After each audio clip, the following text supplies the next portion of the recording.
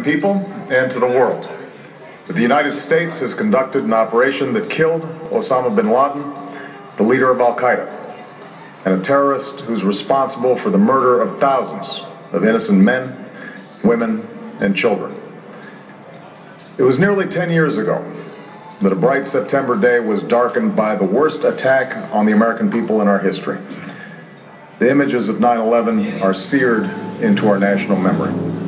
Hijacked planes cutting through a cloudless September sky, the Twin Towers collapsing to the ground, black smoke billowing up from the Pentagon, the wreckage of Flight 93 in Shanksville, Pennsylvania, where the actions of heroic citizens saved even more heartbreak and destruction.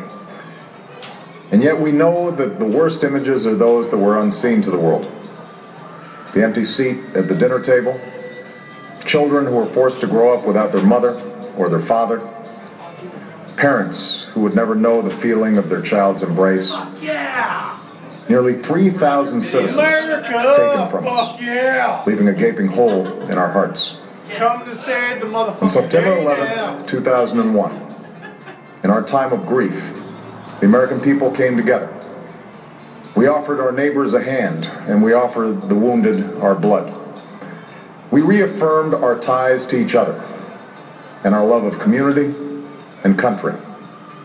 On that day, no matter where we came from, what God we prayed to, or what race or ethnicity we were united as one American family. We were also united in our resolve to protect our nation and to bring those who committed this vicious attack to justice. We quickly learned that the 9/11 attacks were carried out by Al-Qaeda, an organization headed by Osama bin Laden, which had openly declared war on the United States and was committed to killing innocents in our country and around the globe.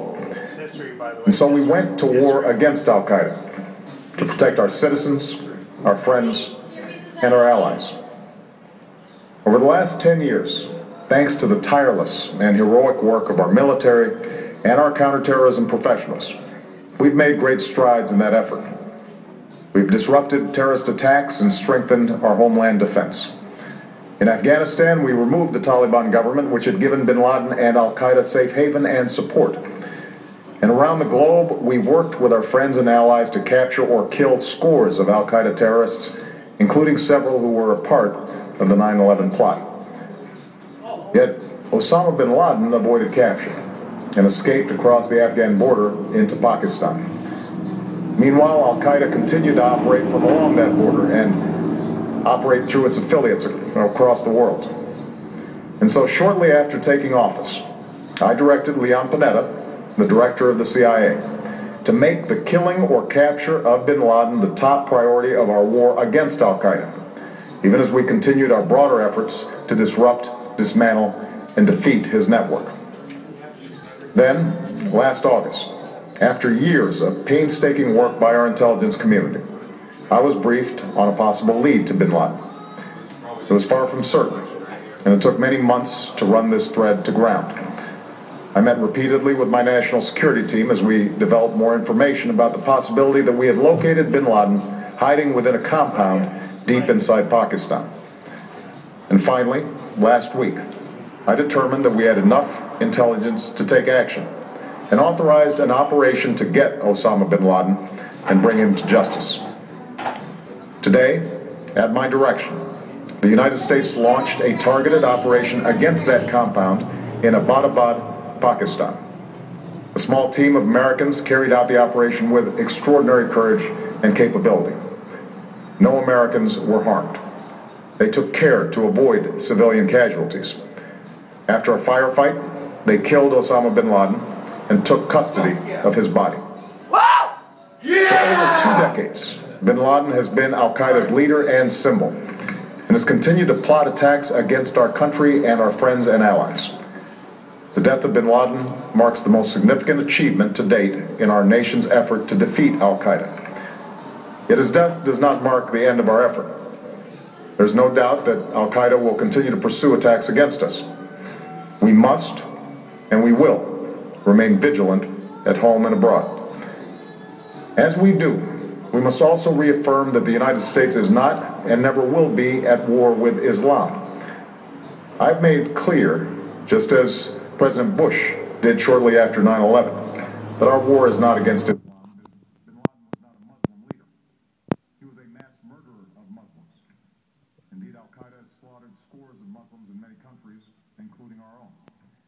So his demise should be welcomed by all who believe in peace and human dignity. Over the years, I've repeatedly made clear that we would take action within Pakistan if we knew where bin Laden was. That is what we've done. But it's important to note that our counterterrorism cooperation with Pakistan helped lead us to bin Laden and the compound where he was hiding. Indeed, bin Laden had declared war against Pakistan as well and ordered attacks against the Pakistani people. Tonight, I called President Zardari, and my team has also spoken with their Pakistani counterparts. They agree that this is a good and historic day for both of our nations. And going forward, it is essential that Pakistan continue to join us in the fight against al-Qaeda and its affiliates. The American people did not choose this fight. It came to our shores and started with the senseless slaughter of our citizens. After nearly 10 years of service, struggle, and sacrifice, we know well the costs of war. These efforts weigh on me every time I, as Commander-in-Chief, have to sign a letter to a family that has lost a loved one, or look into the eyes of a service member who's been gravely wounded. So Americans understand the costs of war. Yet, as a country, we will never tolerate our security being threatened, nor stand idly by when our people have been killed. We will be relentless in defense of our citizens and our friends and allies. We will be true to the values that make us who we are. And on nights like this one, we can say to those families who have lost loved ones to al-Qaeda's terror, justice has been done. Tonight we give thanks to the countless intelligence and counterterrorism professionals who worked tirelessly to achieve this outcome. The American people do not see their work nor know their names, but tonight they feel the satisfaction of their work and the result of their pursuit of justice.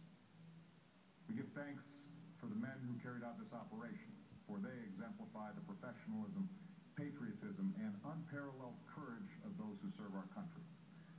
And they are part of a generation that has borne the heaviest share of the burden since that September day. Finally, let me say to the families who lost loved ones on 9/11 that we have never forgotten your loss, nor wavered in our commitment to see that we do whatever it takes to prevent another attack on our shores. And tonight, let us think back to the sense of unity that prevailed on 9/11.